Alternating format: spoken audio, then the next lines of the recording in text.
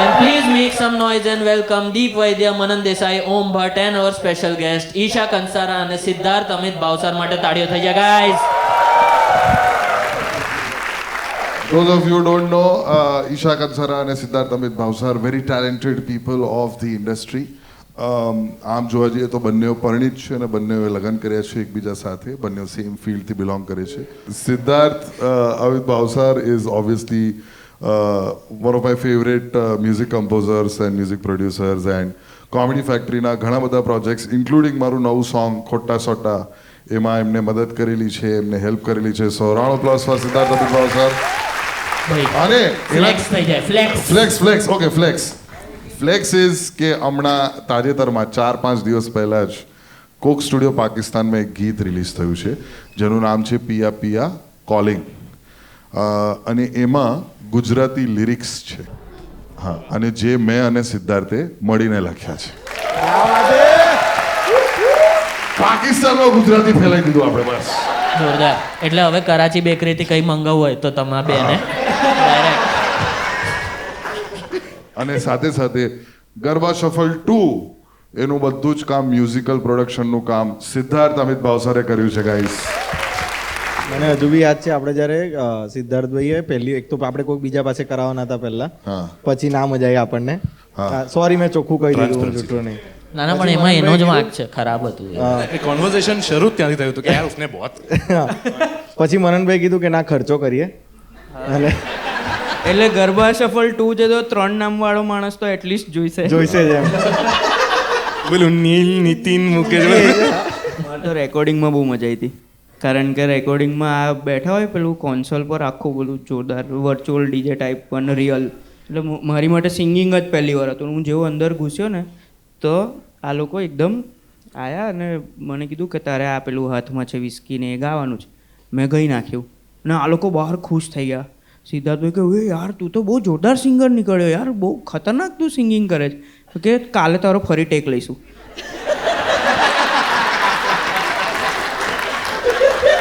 સિદ્ધાર્થનું મારું ફેવરેટ કામ છે, not as a musician but also as a singer. Pratik Gandhi પર પિક્ચરાઇઝ થયું છે એ ગીત, અને એ છે ઘૂમે ઘૂમે જાય રે. અરે ઘૂમે ઘૂમે જાય રે સાંભળ્યું છે બધા? Yes, it's one of my favourite song. અને મારી એની સાથેની સ્ટોરી બહુ અઘરી છે.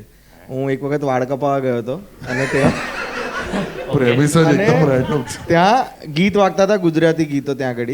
તો તેમાં વાગતું હતું ઘૂમે ઘૂમે જાય, હું ખુશ થઈ ગયો.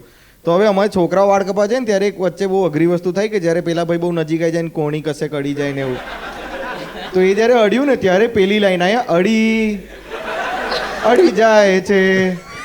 પછી મેં એની સામું જોયું ને, બીજી લાઈન ત્યારે જાય જ્યારે મેં એની સામું જોયું. તો એ મારી સામું જોઈને લાગણીઓ નવી.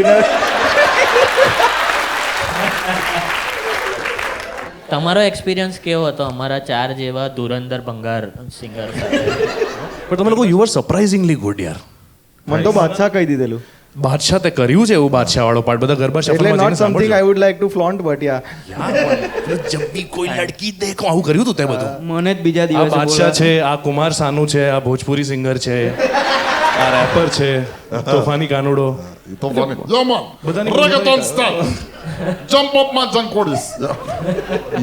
વી આર ઓલ, અમે લાફ લેવાના ભૂખ્યા છે, પણ અમે છે ને એક લાફથી ડરીએ છીએ, અને એ છે ઈશાનો લાફ. ઈશા જ્યારે લાફ કરે ને ત્યારે લાફો મારે. હા, કારણ કે એ પેલું ખબર છે આપણા ગ્રુપમાં એક વ્યક્તિ હોય જે હસતા હસતા ફિઝિકલ થઈ જાય. એ ઈશા નવી જર્સી છે ભાઈ. આજે હું ઓડિયન્સમાં નથી એટલે ઓડિયન્સનો અવાજ નથી આવતો ને. બાકી એકચ્યુઅલી મનન અને આ લોકોના શોઝમાં મારો જ અવાજ આવતો હોય છે. સૌથી વધારે લાફ ઈશા જ. અમને ખબર પડી જાય કે આને ગેસ્ટ લિસ્ટમાં ક્યાં બેસાડી છે. મને અમુક વખતે બોલાવતા હોય છે આ લોકો કે આજે શો થોડો ખાલી જવાનો છે તો તમે આવી જતો. ઓ માય ગોડ, જો રોસ્ટ કરી નાખ્યો આપણને. એકવાર તો અહીંયા જ આવ્યા હતા અમે. દર વખતે એકચ્યુઅલી અહીંયા જ આવીએ છીએ. આ બધું કહી દેશે. અને પેલી ઓરિજિનલ રેકોર્ડિંગ રિલીઝ કરી દીધી ને તો સિંગિંગને લીધે કોમેડી પણ એકચ્યુઅલી તમે લોકોએ જેટલું ખરાબ ગાયું ને એનાથી મને બહુ ફાયદો થયો.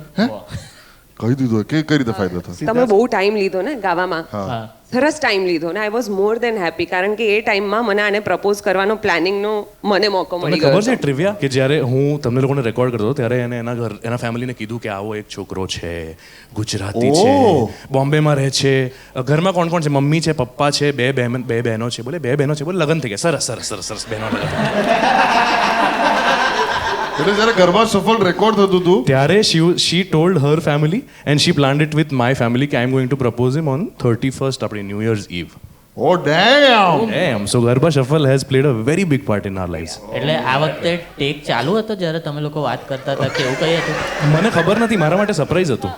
અચ્છા અચ્છા મને લાગ્યું અમે ગાઈ રહ્યા છે ને તમે તઈ માંગવું ને બધું ડિસાઈડ કરો છો એવું કંઈ નથી. બોલે યા અંદર ચિરાયું. મેં કીધું આ કટ નહીં બોલી રહ્યા તો કે ના એ છે ને તારીખ જુએ છે ચોગડિયું જોઈને. મને ઈશાએ જ કીધેલું એટલે જ મેં ખરાબ ગાયું એટલે બીજા દિવસ બોલાયો તો શું? એટલે, હા. એક દિવસ અમે તો મેમોરેબલ હતું યાર એ તમારું પણ લગ્ન. એ ચિરાગ તે પ્રપોઝ કરેલું અવનીને કે પછી એને તને પ્રપોઝ કરેલું? યાર યાદ જ નહીં એકચ્યુઅલી. અને હવે આ એડિટ નહીં કરીએ ને તો મને ત્રાસ થશે ઘરે જઈને. ના મારી વાઈફને એવું છે કે મેં એને પ્રપોઝ નહીં કર્યું ને હવે મને લાગે છે કે બહુ લેટ થઈ ગયું છે. 1.5 વર્ષ પછી કરીશ ને તો લાગે કે પ્રેન્ક કરે છે. અંદર અમે લોકો આ જ વાત વિદ્યા 14 વર્ષ બોલતી હતી. હા એક્ઝેક્ટલી આ જ વાત થતી હતી. Yeah. No, so we are lucky, as in me and Siddharth are lucky because એટલે હું અનલકી કઈ રીતે? ના એટલે અમને પ્રપોઝ મળ્યો છે. અચ્છા, એ રીતે. વિદ્યા હા. Propose me for marriage and Isha propose obviously. એટલે અમે બી પ્રપોઝ કર્યું. મેં ને અવનીએ ભેગા થઈને આમ પગે પડેલા પાર્ટી પ્લોટ વાળાને એવી પ્રપોઝ કે કાકા 2.5 લાખમાં પતાવી દો ને નહીં.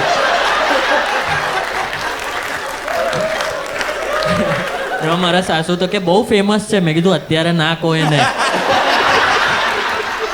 દીપ તને પ્રપોઝ મળ્યો હતો કે તે પ્રપોઝ કર્યો? અમે લોકો સારું એવું ડેટ કર્યું હતું ને પછી એક વખત શિયાળામાં એક કોકના તો લગ્નમાં ગઈ હતી અને એની પાસે 2 વ્હીલર કે એવું નહોતું નિધિન ત્યાં, એટલે એની પાસે નહોતું એ દિવસે, કોઈક બીજું લઈને ગયું હતું.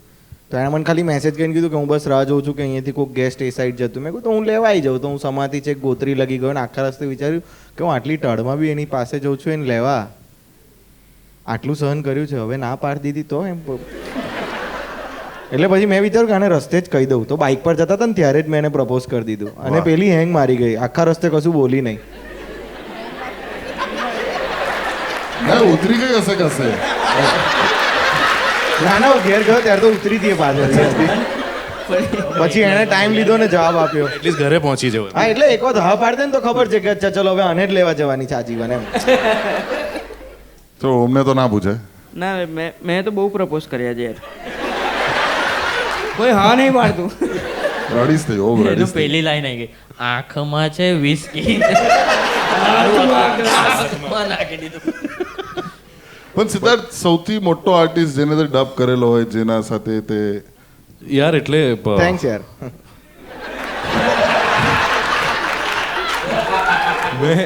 I've been fortunate to work with a lot of artists. I used to assist Pritam Da for a very short while. So there, for one of his songs, I've recorded Arijit, I've recorded Sunidhi. For my song, I've recorded Arijit, I've recorded Daler Paji, wow. and a lot of singers. So I've been very fortunate that way. But yes, which is the biggest actor you have worked with? અરે thanks. પછી મને પેલું તો કહેજો જ કે ખરાબ કોણે કર્યું છે, કારણ કે મને તો નેગેટિવ ગમે ને બધું.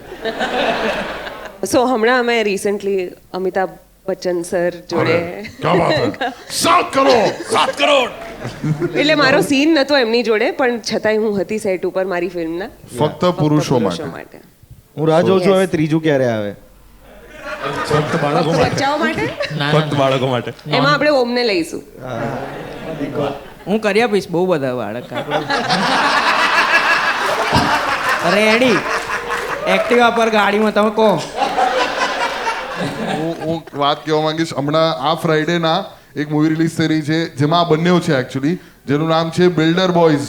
જોયું છે લોકોએ ટ્રેલર? હા કે ના? યસ. નથી જોયું તો જોઈ જોયું લો. છે કોઈ કોઈ જોયું છે. હા તો બિલ્ડર બોયઝમાં મ્યુઝિક ઓબ્વિયસલી આપ્યું છે સિદ્ધાર્થે અને Isha has also acted in it, અને એમાં રોનક કામદાર છે અને શિવમ પારેખ છે. તો બિલ્ડર બોયઝનું ગઈકાલે જ પ્રીમિયર હતું મુંબઈમાં. કેવું રહ્યું? Yes amazing. અને અત્યારે તમે લોકો જે પરિસ્થિતિથી બધા રીડેવલપમેન્ટ ને રિકન્સ્ટ્રક્શનથી હા, ગો થ્રુ મુંબઈમાં તો કરી રહ્યા સૌથી છો તો it's a film about that. અને બસ હવે પરમ દિવસે રિલીઝ થાય છે એટલે જોઈએ આ લોકોમાંથી કેટલા લોકો જશે. આ તો બધા હા પાડો જ ભાઈ, જઈને જોજો. ના પણ રિયલ એસ્ટેટ પર પિક્ચર છે ને એટલે આમ ઇન્ટરેસ્ટિંગ તો છે. ટ્રેલર જોજો, એકચ્યુઅલી ખબર પડી જશે ટ્રેલરમાં.